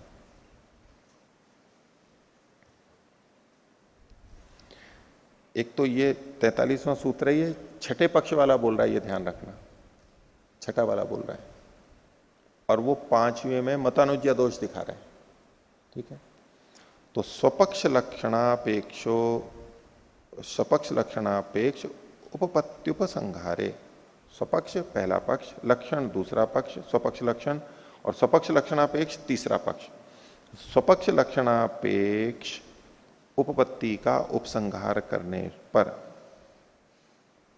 तीसरे के लिए कह रहा है हेतु निर्देशे, वो जो आपने हेतु का निर्देश किया था तीसरे में, परपक्ष दोष अभ्युपगमात, दूसरे के पक्ष के दोष को स्वीकार करते हुए, क्योंकि तीसरे में उसने परपक्ष दोष, परपक्ष दोष कौन होगा? प्रतिवादी ने जो दोष दिखाया था वादी पे, उसको स्वीकार करते हुए तीसरे में ऐसा ही किया था। परपक्ष दोष अभ्युपगमात समानो दोषायति, आप में भी किसके समान? चौथे के समान दोष तीसरे में भी है। समानो दोषायति, चौथे के समान तीसरे में भी दोष है। छठा बोल रहा है ना, छठा बोल रहा है मतानुज्ञा दोष किसमें दिखाया था? 5वें में उसने जताया था, लेकिन मतानुज्ञा दोष दिखा किसमें था? चौथे में दिखा था। मतानुज्ञा दोष का कथन 5वें पक्ष में हुआ था, लेकिन था मतानुज्ञा दोष चौथे में। तो क्या कि जैसे चौथा है ना, परपक्ष दोष अभ्युपगमात समानो दोष, जो चौथे में दोष था वही समान दोष तीसरे में भी है। बस विषय तो आपको आ ही गया है। तो न्याय दर्शन का 5वें अध्याय का दूसरा आनेक, अंतिम अध्याय और उसका अंतिम आनेक, और अंतिम चीज दिखा रहे हैं निग्रह स्थान, छल जाति और निग्रह स्थान। निग्रह स्थान किसे कहते हैं उसको पीछे हम देख ही चुके हैं, उसको फिर भी थोड़ा सा बता रहे हैं 2 भाग से करके। विप्रतिपत्ति अप्रतिपत्त्यो विकल्पात निग्रह स्थान बहुत्वम इति संक्षेपेण उक्तम। बोले पहले हमने ये संक्षेप से कहा था कि निग्रह स्थान 2 प्रकार के, उसमें क्या होता है, एक में विप्रतिपत्ति होती है, विप्रतिपत्ति मतलब विपरीत समझ लेना, विपरीत उत्तर देना, विपरीत समझ लेना, विप्रतिपत्ति। और दूसरा है अप्रतिपत्ति, अर्थात न समझना या उत्तर न दे पाना। उत्तर इसलिए नहीं दे पा रहा है, समझ नहीं पा रहा है। विपरीत उत्तर इसलिए दे रहा है कि विपरीत समझ लिया है। तो विपरीत समझ लेना या तो नहीं समझना, ये दो तरीके से, इन दो भागों में बांटने से इसके विकल्प होते हैं। ऐसे विकल्प होने से निग्रह स्थान का बहुत वह, ये संक्षेप से पहले कहा था, तद इदानीम विभजनीयम, अब उसको विभाग करके बताइए, विभाग करने योग्य है। निग्रह स्थान क्या होते हैं? निग्रह स्थानानि खलु पराजय वस्तुनि, ये पराजय के कारण होते हैं।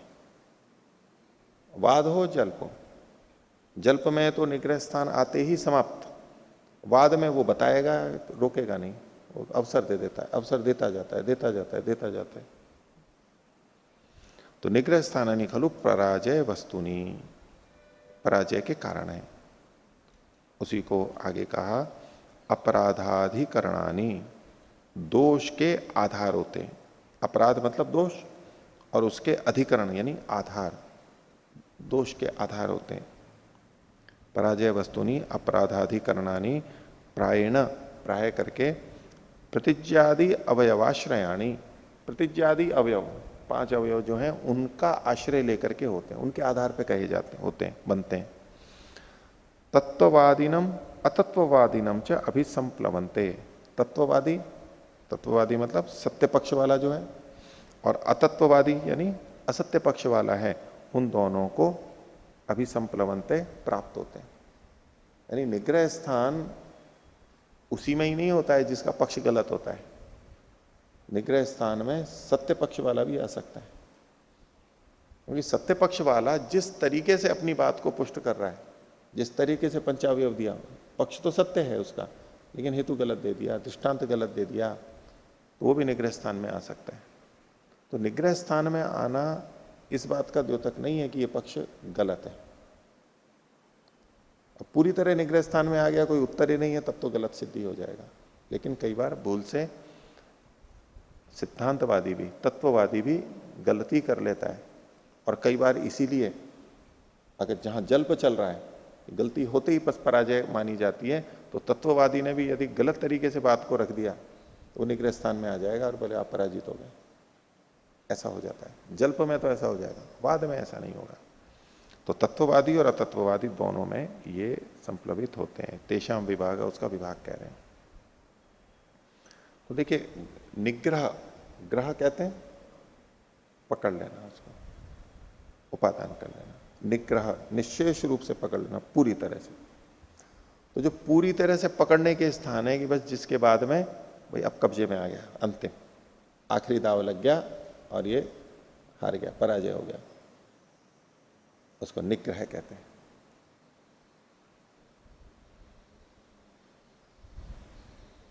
नाम बताए इन्होंने उद्देश्य पहले सूत्र में। प्रतिज्ञा हानि, प्रतिज्ञांतरम, ये एक एक करके अलग अलग हैं।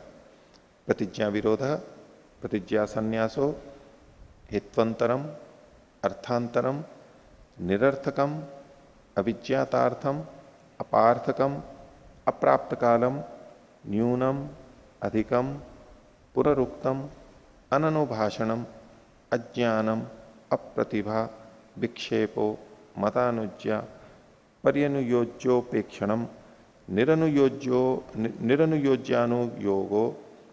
निरनुयोज्यानुयोगो अपसिद्धांतो, हित्वाभाषाश्च निग्रह स्थानानि। ये कुल 22 निग्रह स्थान यहां पर बताए गए। एक एक करके इनको देखेंगे।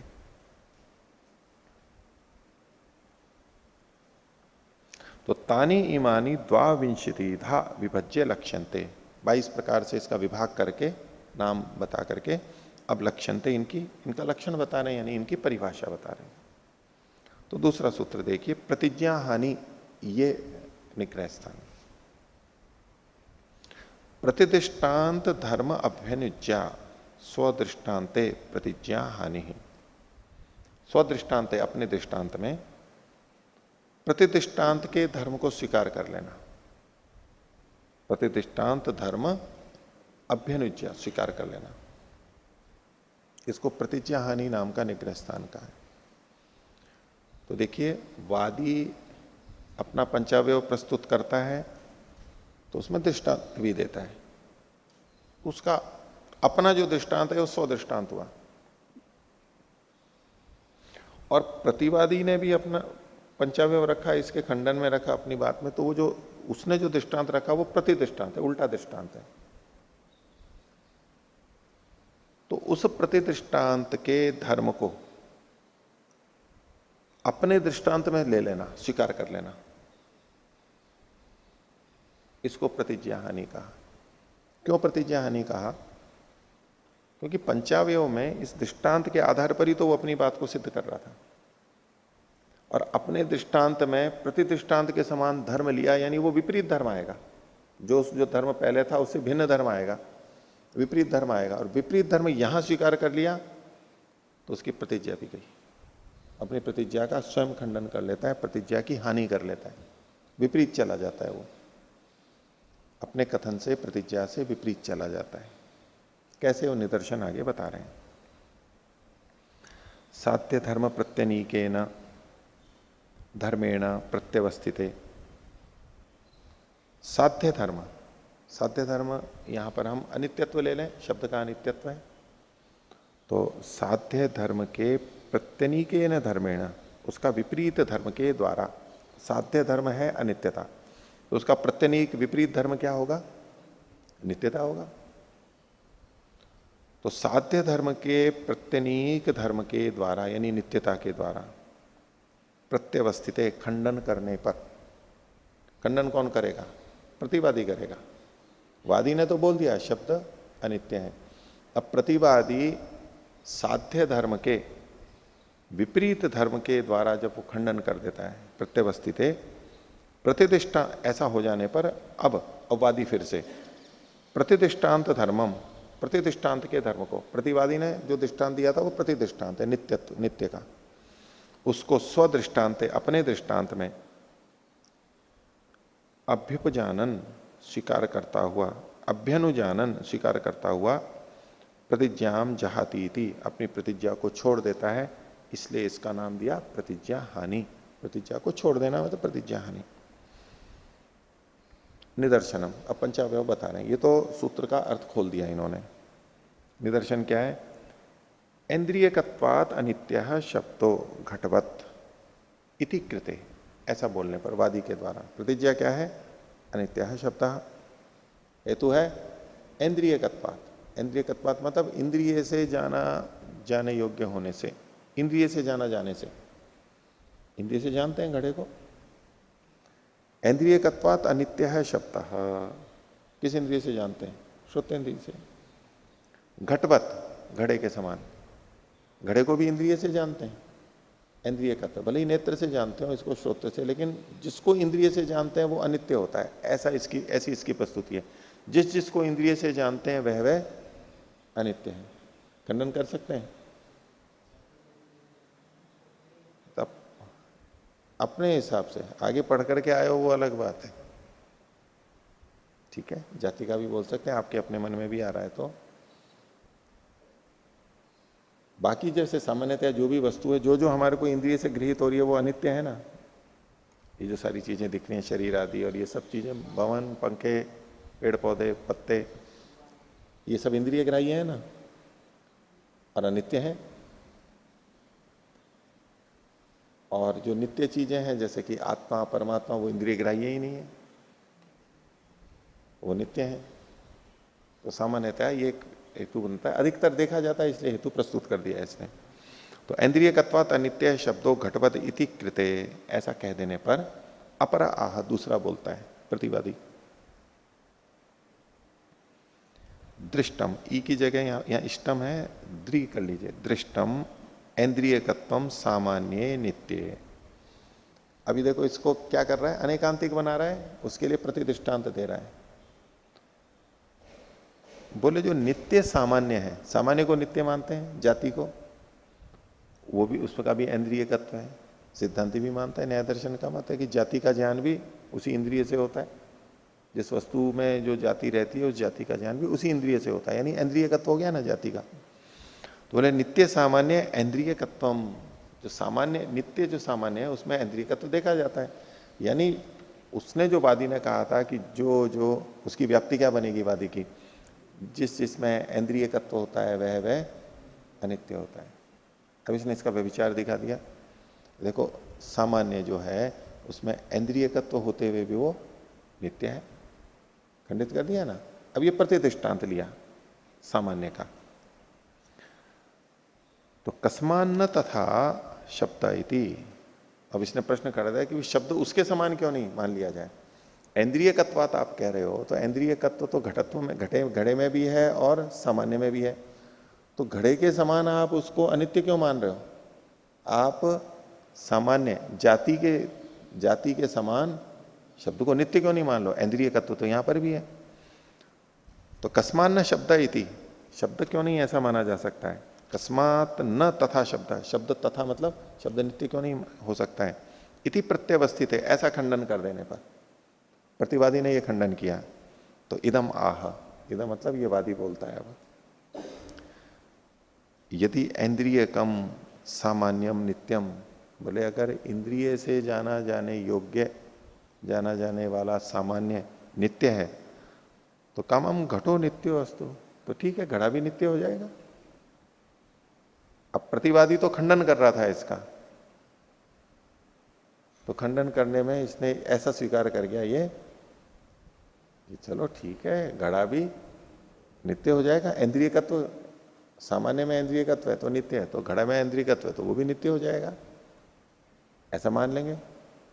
तो अपनी उसको बता रहा है कि भाई मेरा गलत नहीं है, कहने को तो ये चाह रहा है लेकिन अपना खंडन कर गया, ये उसके धर्म को यहां पर ले आया।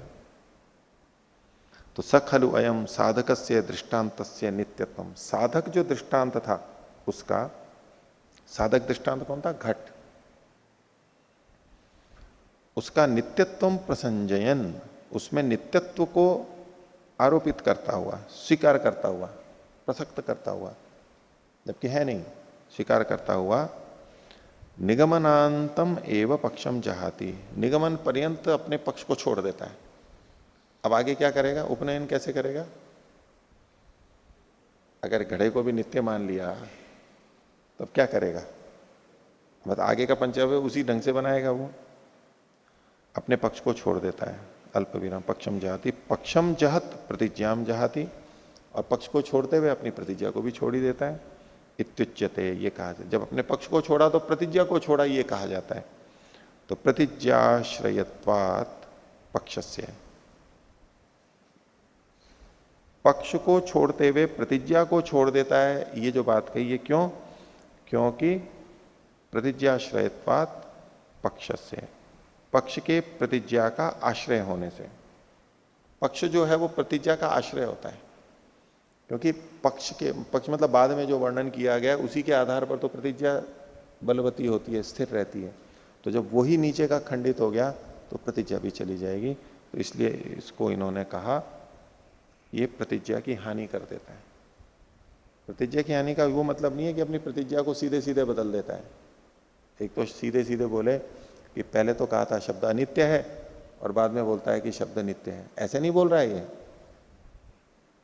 लेकिन उस धर्म को यहां पर लाता हुआ अपनी प्रतिज्ञा को छोड़ देता है, प्रतिज्ञा की हानि कर देता है, तो इसको कहते हैं प्रतिज्ञा हानि।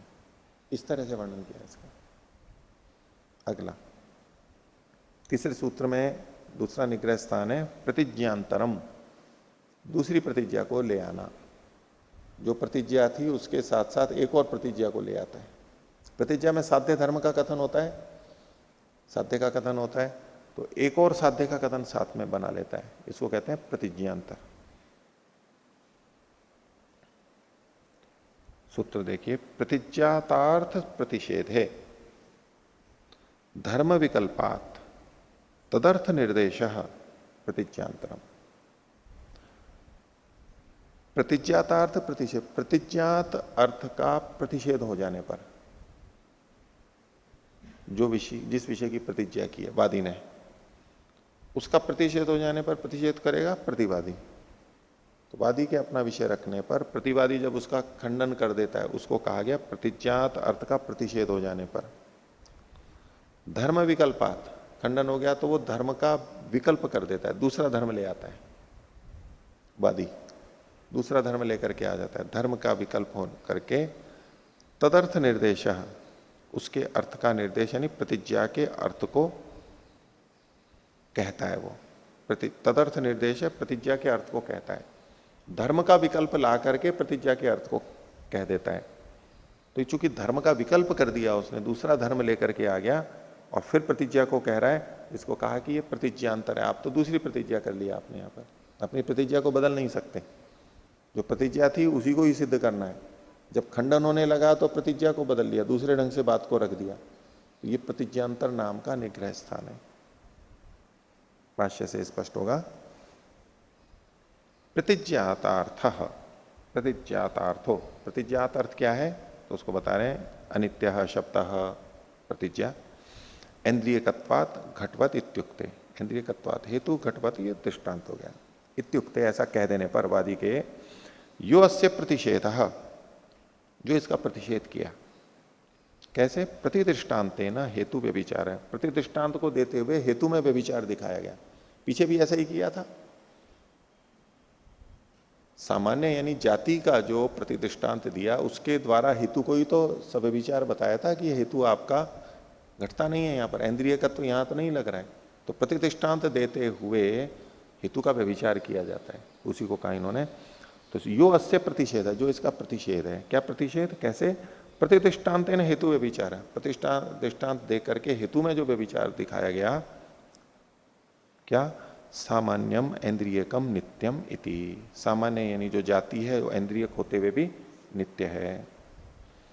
तस्मिश्च प्रतिज्ञातार्थ प्रतिषेध है, और ऐसे में प्रतिज्ञात अर्थ का प्रतिषेध हो जाने पर, सूत्र में जो है ना प्रतिज्ञातार्थ प्रतिषेध है, ये हो गया यहां पर, हो जाने पर धर्म विकल्पात, सूत्र में जो लिखा है धर्म विकल्पात, उसको यहां पर खोल रहे हैं।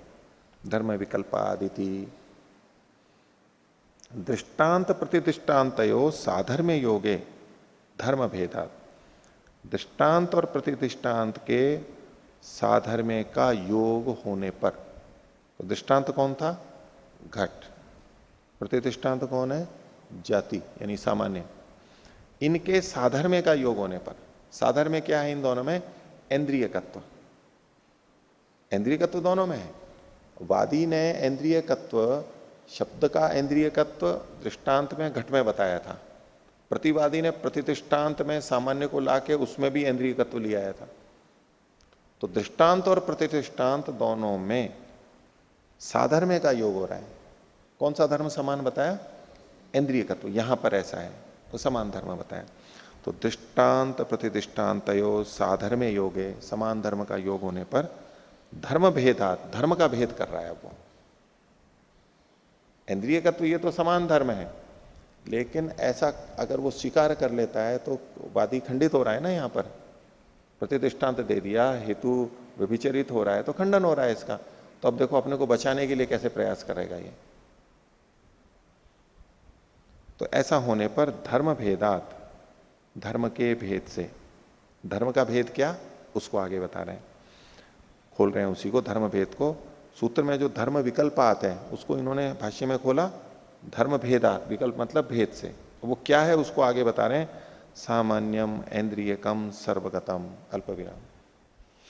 ये जो सामान्य है, जो इंद्रियक है, इंद्रियजन्य है, इंद्रियकत्व तो दोनों में है, किसमें, घट में भी और सामान्य में भी। लेकिन बोले ये जो सामान्य है ये तो सर्वगत है।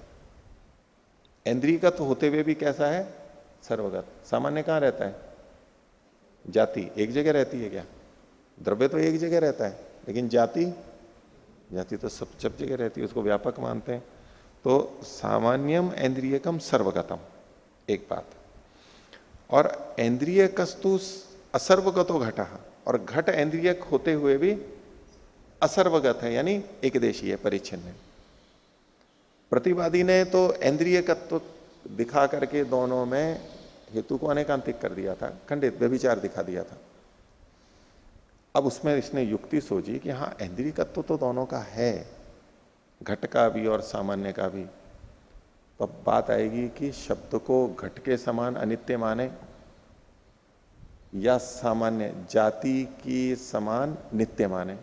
अब इसको तो अपना पक्ष सिद्ध करना था। उसने कहा कि ऐसा करते हैं, एक दूसरा धर्म और लेते हैं, सामान्य तो सर्वव्यापक है, सर्वगत है और घट एकदेशी है।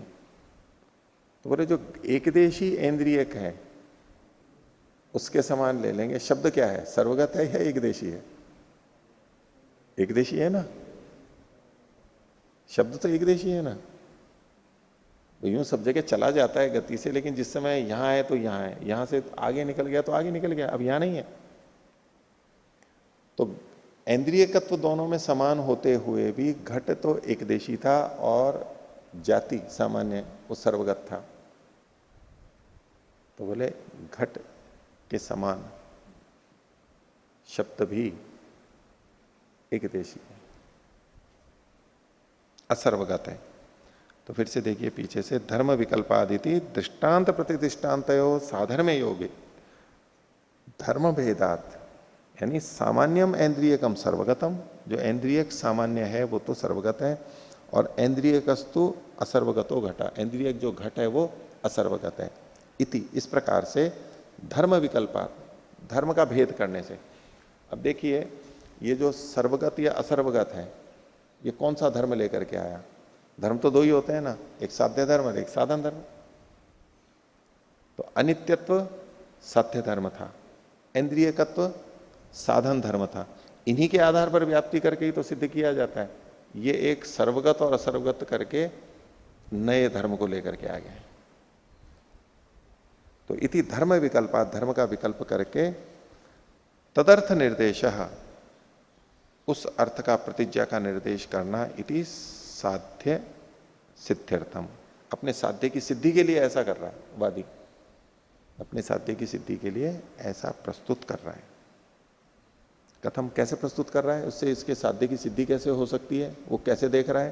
तो बता रहे हैं, यथा घटे न असर्वगत, यथा घटो असर्वगता एवं शब्दों भी असर्वगता, जैसे घड़ा असर्वगत है ऐसे शब्द भी असर्वगत है। घटवत एवं अनित्य इति, और इसलिए शब्द घट के समान अनित्य है, सामान्य के समान नित्य नहीं है। ये समाधान करने का एक तरीका है। प्रतिवादी ने खंडन किया तो युक्ति से एक धर्म और खोज करके और वहां भी भेद करके, नहीं इससे शब्द तो अनित्य ही है, ऐसा उसने प्रयास किया। तो बोले कि यथा घटो असर्वगता एवं शब्दोपि असर्वगतो घटवद एवं अनित्य इति अल्प विराम। तो तत्र अनित्य शब्द है इति पूर्वा प्रतिज्ञा, ये प्रतिज्ञांतर को बता रहे हैं आप। ये तो प्रक्रिया तो कर ली, बोले इसमें प्रतिज्ञांतर कैसे हो गया? तो बोले अनित्य शब्द है इति पूर्वा प्रतिज्ञा, ये तो पहली प्रतिज्ञा थी, और असर्वगत है इति द्वितीय प्रतिज्ञा। शब्द असर्वगत है ये दूसरी प्रतिज्ञा है। प्रतिज्ञा दूसरी, यूं प्रतिज्ञा है नहीं, लेकिन प्रतिज्ञा जैसे कहा कैसे हुआ?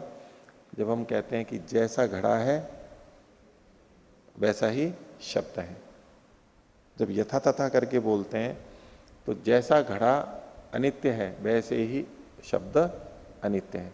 तो जब हम ये तथा करके बोलते हैं प्रतिज्ञा को ही तो बोल रहे होते हैं। तो इसने क्या किया, जैसे घड़ा असर्वगत है ऐसे ही शब्द भी असर्वगत है। तो इस शैली से चूंकि किया गया, तो बोले ये तो आप इस तरह से बोल रहे हो जैसे कि शब्द के असर्वगत होने की प्रतिज्ञा कर रहे हो। इसको प्रतिज्ञांतर करके कहा। इस तरीके से उत्तर देना ये भी निग्रह स्थान है, प्रतिज्ञांतर। तो असर्वगत इति द्वितीय प्रतिज्ञा प्रतिज्ञांतरम। अभी पूछते हैं तत्कथम निग्रह स्थान में, उसको निग्रह स्थान क्यों कह रहे हैं? भाई ठीक है, उसने दूसरी बात और रख दी तो रख दी प्रतिज्ञा, तो निग्रह स्थान क्यों कह रहे हो? ये पराजय का हेतु क्यों है? तो उत्तर दिया जा रहा है, न प्रतिज्ञाया साधनम प्रतिज्ञांतरम। दूसरी प्रतिज्ञा, भाई दूसरी प्रतिज्ञा क्यों बोली आपने? वो दूसरी प्रतिज्ञा को ऐसे बोलते हुए अपनी प्रतिज्ञा को, मूल जो प्रतिज्ञा थी अनित्य है शब्द, उसको सिद्ध करना चाह रहा है। वादी का प्रयोजन क्या है? शब्द अनित्य है, इसी को सिद्ध करने के लिए तो इसने ये तरीका अपनाया। खंडन होने लगा तो ये तरीका अपनाया। तो प्रतिज्ञांतर को बोल करके उसने अपनी पहले वाली प्रतिज्ञा को सिद्ध करने का प्रयास किया। तो उसके लिए कह रहे हैं न प्रतिज्ञाया साधनम प्रतिज्ञांतरम। दूसरी प्रतिज्ञा पहली प्रतिज्ञा का साधन नहीं होती है, किंतु हेतु दृष्टांत साधनम प्रतिज्ञाया, प्रतिज्ञाया साधनम हेतु दृष्टांतो। प्रतिज्ञा के साधन तो सिद्ध करने वाले तो हेतु और दृष्टांत होते हैं, प्रतिज्ञांतर से आपकी बात सिद्ध नहीं होती। तदेतत् असाधनोपादानम अनर्थकम इति, तो जो असाधन था उसको साधन के रूप में ले लेना, असाधनोपादान, असाधन को ग्रहण कर लेना साधन के रूप में, ये अनर्थक है। अनर्थक क्या निग्रह स्थानवती, चूंकि अनर्थक है, व्यर्थ है, ऐसा होना नहीं चाहिए, इसलिए ये निग्रह स्थान के अंतर्गत आएगा। वैसे हमारे को यूं लगेगा ना कि वादी ने तो बड़ा अच्छे ढंग से कहा, प्रतिवादी ने खंडन किया, तो चलो युक्ति तो दी है ना इसने। ऐसे अनावश्यक यूं हेतु ला करके, एक अनावश्यक धर्म ला करके करना, भाई आपको प्रतिज्ञा करनी है तो अलग प्रतिज्ञा करो, आप नया धर्म नहीं ला सकते इसके बीच में, जो धर्म है बस उसी को सिद्ध करो। अगर आपका वो कमजोर पड़ रहा है तो इस तरह से ला करके उत्तर देना, ये निग्रह स्थान के अंतर्गत गलत तरीका है ये सिद्ध करने का। हाँ, अगर इसको ये वादी अगर ये कह दे कि ये मेरा हेतु ही है, कौन सा हेतु है? जो असर्वगत, एक और हेतु ला, दो हेतु मिला, ये अलग हेत्वाभास है। अच्छा, हेत्वंतर दिया मान लो, इसका क्या मतलब? आपका पहला हेतु सिद्ध नहीं कर पा रहा है ना, दो हेतु मिलके भी तो किसी बात को सिद्ध नहीं कर सकते, नहीं कर सकते। या दो हेतु भी दे रहे हैं तो दोनों हेतुओं से इससे भी सिद्ध होना चाहिए स्वतंत्र पूरा पक्का, और इससे भी सिद्ध होना चाहिए, तब तो चलेगा। अगर आप इस हेतु से सिद्ध नहीं कर पा रहे हैं, आप दूसरा हेतु ले रहे हो, इसी से ये पता लग गया कि आपका ये हेतु पहले वाला कमजोर, आप खुद स्वीकार कर गए कि ये कमजोर है, निग्रह स्थान है। इसमें दोनों हेतु इस तरह देख सकते हैं, जैसे कि असर्वगत अगर हेतु रखे केवल तो भी खंडन सिद्ध हो ही नहीं सकता था, तब भी शब्द अनित्य है असर्वगत होने से। देखो कौन सा हेतु है क्या कि जो असर्वगत है वह अनित्य होता है, इसलिए दोनों हेतु एक, दो हेतु कैसे रख सकते हैं आप? इंद्रियक भी होना चाहिए और असर्वगत होना चाहिए, वो चीजें अनित्य हो जाए। ऐसे नहीं रख सकते, उसमें आपको व्याप्ति भी बतानी पड़ेगी। कई बार ऐसे दो भी जब लगता है ना कि एक से सिद्ध नहीं हो पा रहा है, तो ऐसा है, आपको जो पीछे पंचावय दिखवाए थे उसमें आपको ऐसा मिल जाएगा, कई जगह 2 पुस्तकों का था, उसमें ऐसा कई जगह मिल जाता है। वो कोई लंबा करके, क्योंकि एक में लग रहा है कि इसमें दोष आ रहा है तो एक विशेषण और जोड़ देंगे, फिर एक विशेषण और जोड़ देंगे, ऐसे प्रयास करते हैं। तो आप इस तरह से पक्ष प्रस्तुत कर रहे हो कि जो इंद्रियक और असर्वगत होता है, जो इंद्रियक और असर्वगत होता है वह अनित्य होता है, ठीक है।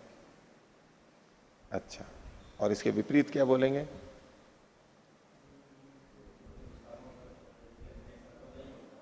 जो सर्वगत और अनेन्द्रियक होता है वो नित्य होता है। तो जो असर्वगत और अनेन्द्रिय होता है, वो जो असर्वगत हो और इंद्रिय ग्राह्य नहीं हो, वो, अब इसमें यूं एक एक को करना पड़ेगा ना, अभी तो आपने दो को जोड़ दिया। व्याप्ति तो आपने देखो दोनों को देखो, इसमें आपने क्या व्याप्ति बनाई? जो असर्वगत है और इंद्रिय ग्राह्य है वो अनित्य होगा। अब इसमें हम अन्य वस्तुओं को ले सकते हैं। अब इसमें आत्मा को लो, आत्मा एक तरफ तो इंद्रिय ग्राह्य नहीं है और एक तरफ एक देशी है, उसके लिए क्या करोगे? इसके विपरीत अगर जाओगे, दो इसके विपरीत एकदम जाएंगे तो क्या होगा? जो सर्वगत है और जो इंद्रिय ग्राह्य नहीं है, जो सर्वगत है और जो इंद्रिय ग्राह्य नहीं है, वो नित्य हो जाए, वो नित्य होगी। और आत्मा एक देशी है और इंद्रिय ग्राह्य नहीं है, इसको क्या मानोगे? व्याप्ति तो ये है ही ना मेरी, मैं दोनों मिल के व्याप्ति में रख रहा हूँ ना, तो फिर उसको अलग अलग नहीं, लेकिन उसके आपको प्रतिपक्ष में भी तो जाना पड़ेगा। प्रतिपक्ष में उभय व्याप्ति तो बनेगी। देखो, पहली बात तो दो हेतु दे नहीं सकते, एक हेतु देना पड़ेगा। और मान लो लगा भी लें तो ठीक है, कुछ दूर तक चल जाएगा, चल जाएगा, लेकिन उसको और इधर उधर करके जब देखेंगे, उससे जो अर्थापत्तियां निकल रही हैं वो देखेंगे उसमें, तो शब्द है, मान सकते हैं वो एक सीमा तक चल सकता है, नहीं होगा कि भाई जो जो एकदेशी है और इंद्रिय ग्राह्य है, तो इसमें एकदेशी पना होना मुख्य है या इंद्रिय ग्राह्य होना मुख्य है? ये तुम्हें तो दोनों मिलके काम कर रहे हैं ना, अगर एक को बैठे दोनों मिलके ठीक है चला सकते हो काम, लेकिन इस तरह स्वीकार नहीं करते हैं। एक आपको ऐसी चीज देनी चाहिए अव्यभिचरित रूप से। तो यहां तो मुख्य ये बताना नहीं है यहां पर कि ये कौन सा हेतु ठीक है गलत है, ये बात नहीं है। यहां तो ये निग्रह स्थान बता रहे हैं कि कैसे इसने प्रतिज्ञांतर को कर लिया, उसको बताना यहां पर प्रयोजन है, बाकी और कोई प्रयोजन नहीं है कि इसको बदल देते हैं। तो ऐसे हमने ये दो निग्रह स्थानों को देखा। तो आज का पाठ इतना ही रखते हैं। प्रणव करें।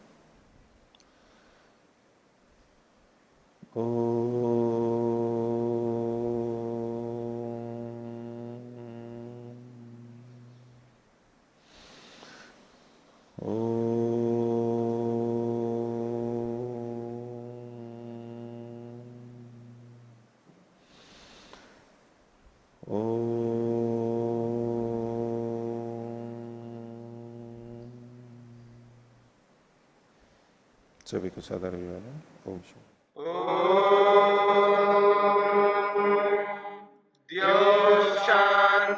शांतिरंतरिक्षं शांति पृथिवी शांतिरापः शांतिरोषधयः शांतिः वनस्पतयः शांतिर्विश्वे देवा शांतिर्ब्रह्म शांति सर्वं शांति शांतिरेव शांति क्षमा शांतिरेधि। ओम शांति शांति शांति।